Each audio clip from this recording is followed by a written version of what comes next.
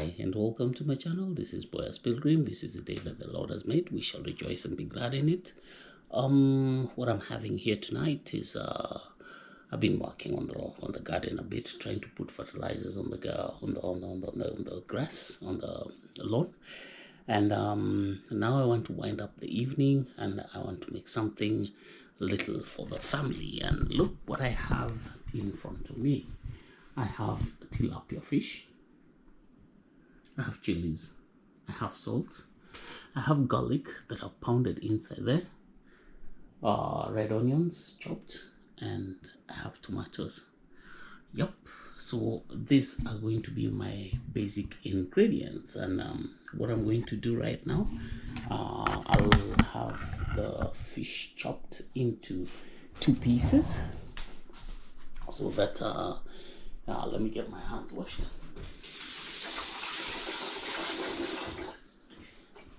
I'll have this fish chopped into 2 pieces so that it can be able to fit into the frying pan. We're going to deep fry it. There it goes into 2 bits. I washed it, so everything should be fine. All right. So I'll move this into the frying pan so that it starts deep frying right away. So just come along with me. We'll take it in bits and pieces. This is the first bit.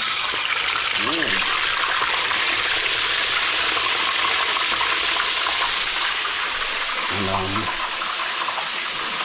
I'll just try and squeeze in also the second bit.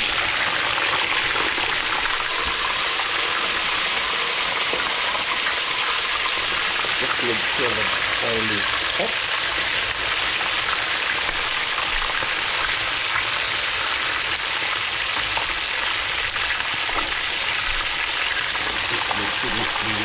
They should not get stuck to one another. One good precaution to take so that they don't get stuck to one another. Whoop, whoop. Let's see. Very good.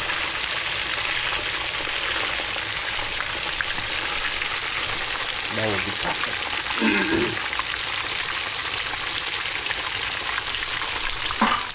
So that's the first step. We deep fry the fish.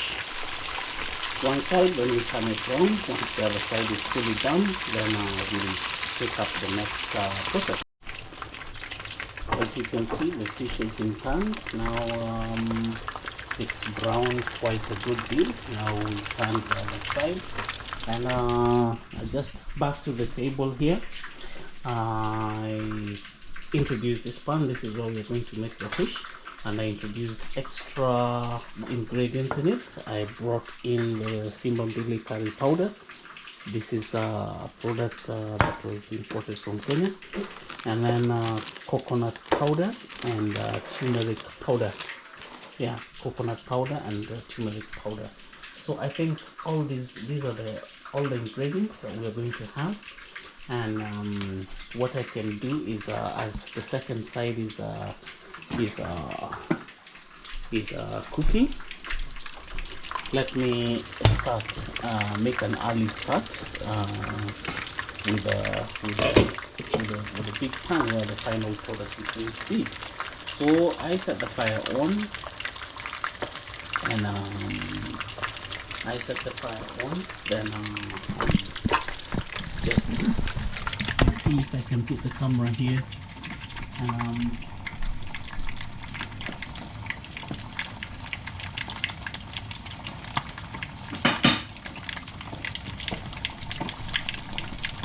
I'll start off by putting in the onions.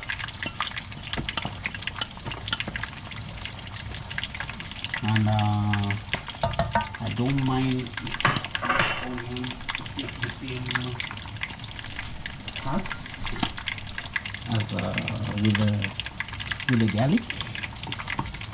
I pounded the garlic inside here, so I'll be able to spread them, I think, they can be ready at the same time. Has to be very careful, the oil is bursting here. Right, so that's the garlic.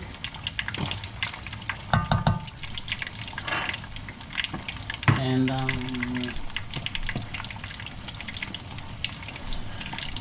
this is sunflower oil, so I'm going to use the sunflower oil, fresh sunflower oil, very little.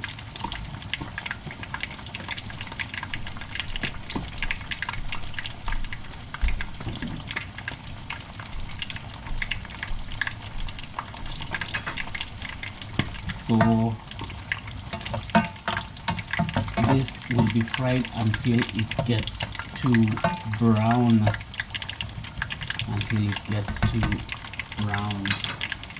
Yeah, so that's on. At the same time, I'm waiting for this other side also to brown so that they become consistent. And this meal will be made with something called ugali. Ugali is just kind of like some I think East African fufu. It's maize flour and water. No more additives. I'll take you in the process of how I'm going to make it. But meanwhile, let's get this thing to become brown. I like it not covered so that the moisture doesn't go back in. I want it to kind of like brown as the moisture evaporates out. The onion is browned. I swapped up the places. And the fish is on the other side as I try to make the main dish on this side. So what I'll do is I'll place the camera here, see if I can be able to get it right. Then I will have my tomatoes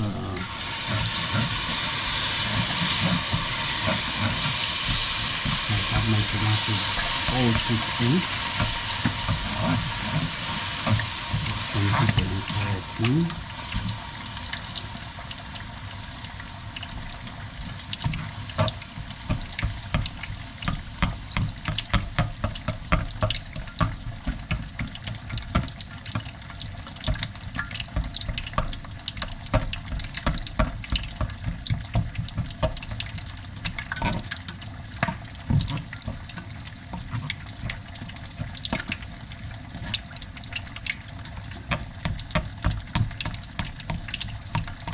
Just to make sure that they're crushed, so that I keep finding crushed and it turns into kind of like a smooth paste.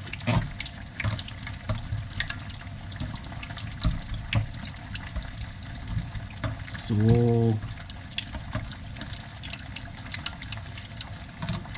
that's one.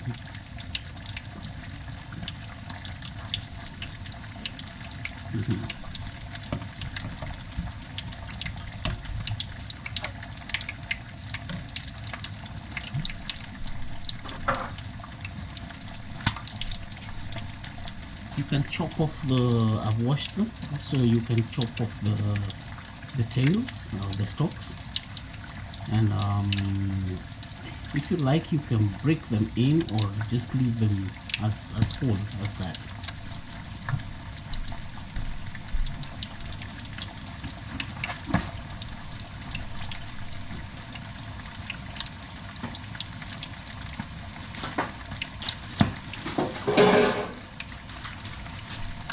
Time to start seasoning the whole thing. We can have a little bit of coconut powder. This is coconut powder.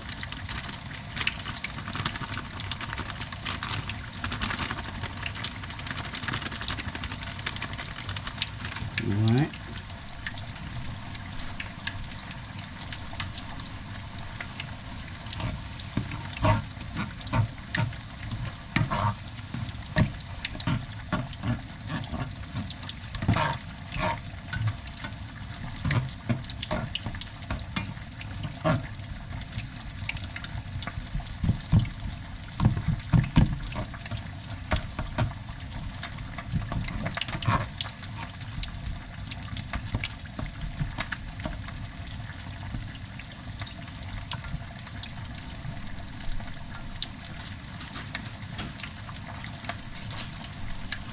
followed by turmeric.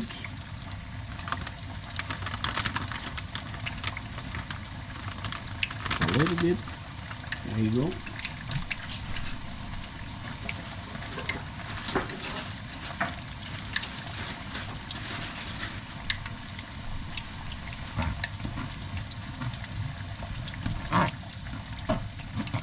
I like the smell of turmeric. It just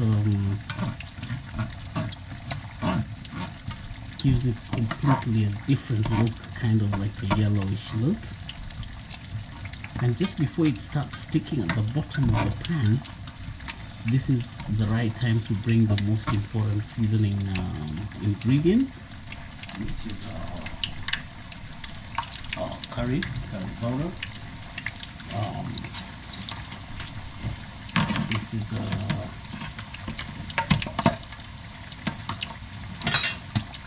This is simbambili. I can get like a tablespoon. That's pretty good.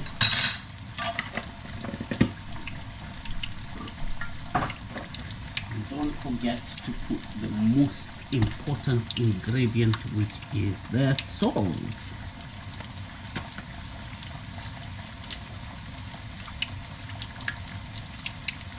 So you don't have to over salt it.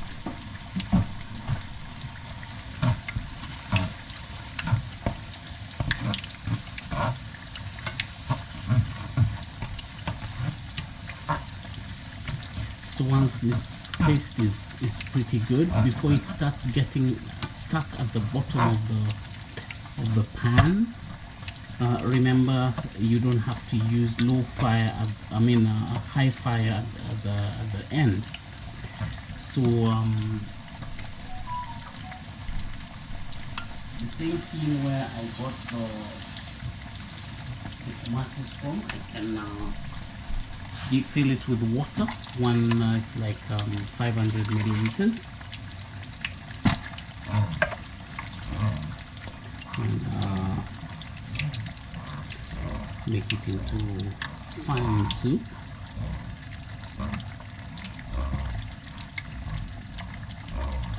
Pure fine gravy.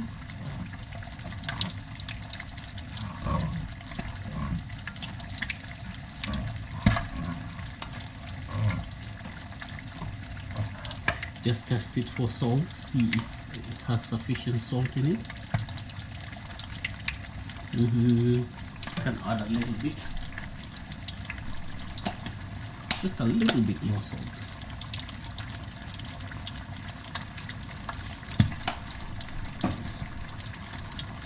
And here we go.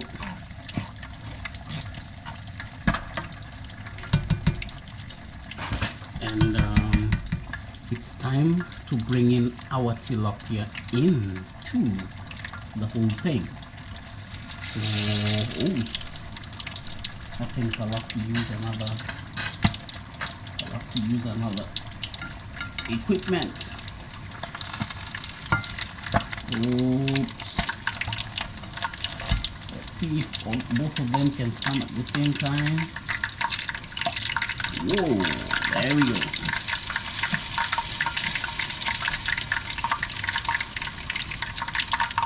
And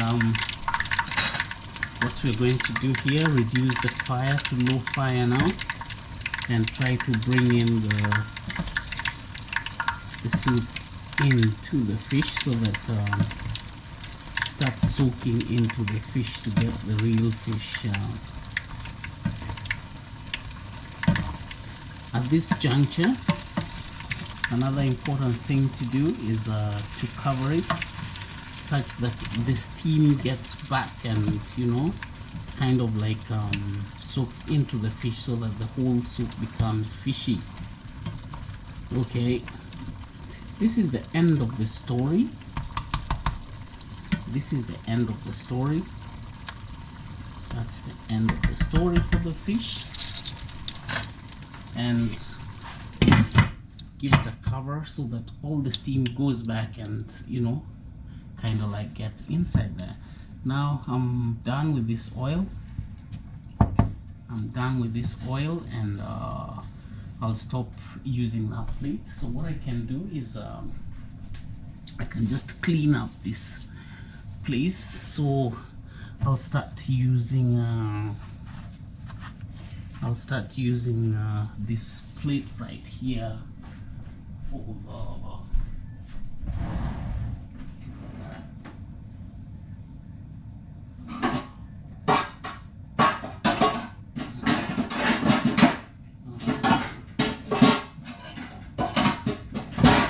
and be able to trace my pan, the one I normally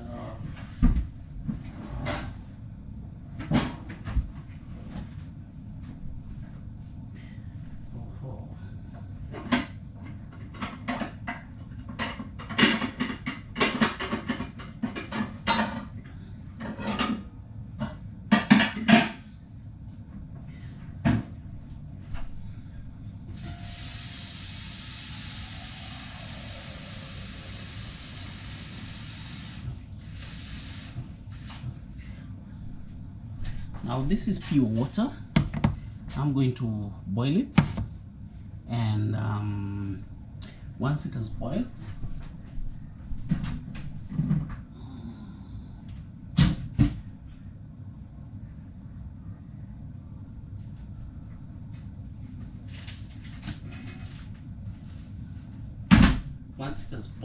I'm going to use pure maize flour.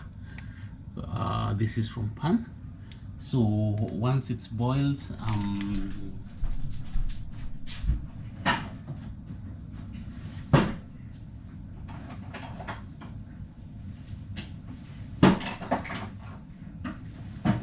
these are the only tools I'm going to use here. Now this is a cooking stick, and this is a maize flour, white maize flour. So once this one boils, I'll just put it in and start stirring it up. So just hang on with me. Let's give it a few minutes until it starts boiling.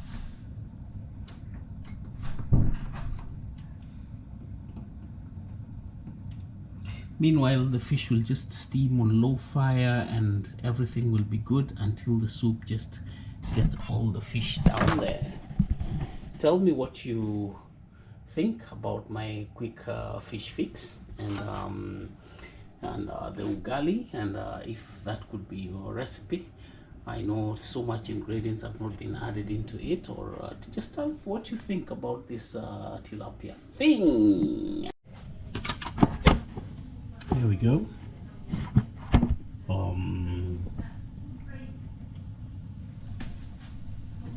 Now it's time to make the ugali.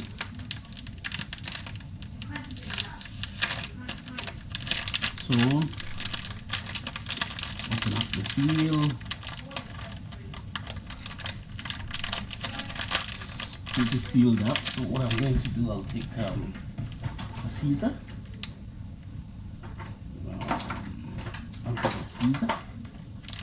I'll take a Caesar and perhaps cut one edge and see if I can be able to. Oops, I still can't get access. It's pretty sealed. Yeah, here we go. So you put in our map.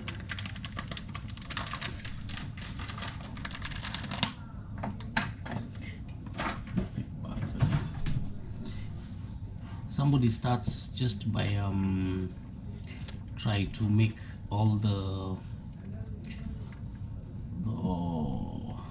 flour dissolve into the water so that you get a fine mix.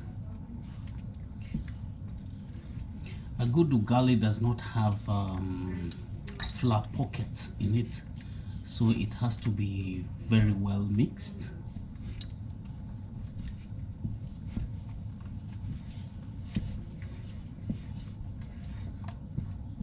So to avoid it start jumping up and down, you just have to put more flour so that it doesn't go flying all over into your face. It has started doing that, but you make it very fast before it gets into that, so it starts becoming pasty thick.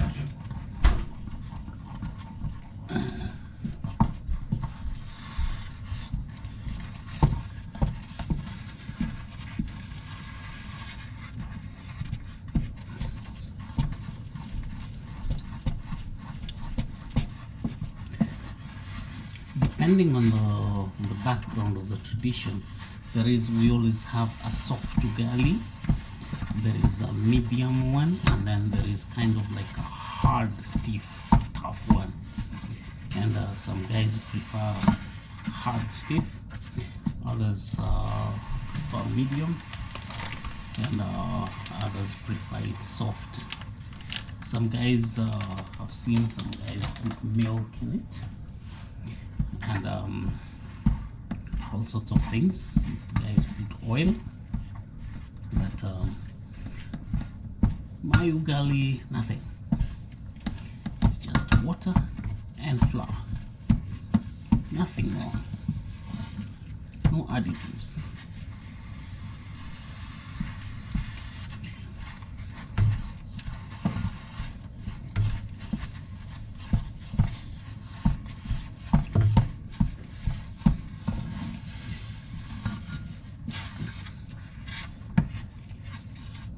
Then it has to be left to cook for some time. It has to be left to cook for some time.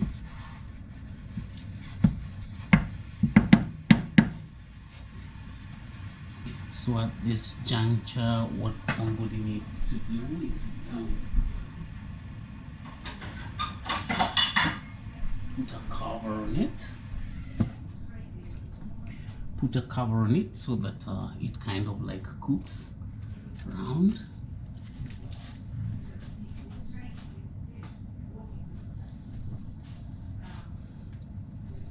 This can go for about 2-3 minutes. 2-3 minutes, so that it kind of like cooks very well.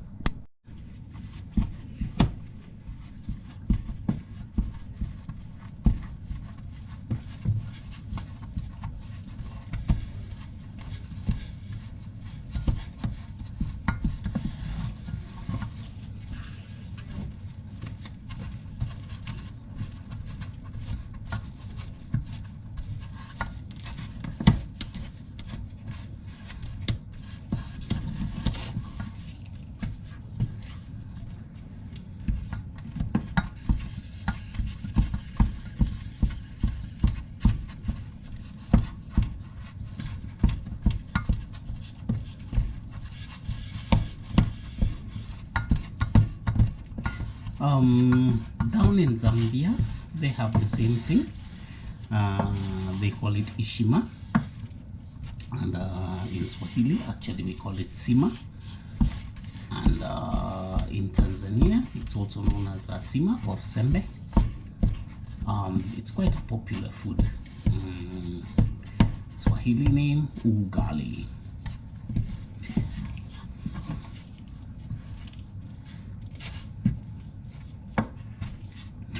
Again, after this, we are going to give it another 3 minutes deep cook, so that it cooks right into the, so that you don't have the taste of flour in it. It has to be really cooked. Yeah. Just to wind up after at least 3-4 minutes like that, you now bring it to a conclusion, just to make sure that it's fine and there is no flour pockets in any bit of it. So you take it stage by stage. I've made a soft one. Soft one is easy to eat and gentle for the stomach, and it could be a little sticky, but it's perfect. It's perfect. So daughter doesn't really like it, that me and my wife, we do along with it. This is our staple food. This is our staple food. So there's no much thing to think about on how to get it out of this pan. I find it so easy to conclude. What I normally do, I'll serve it here. So I just take this and I turn it around.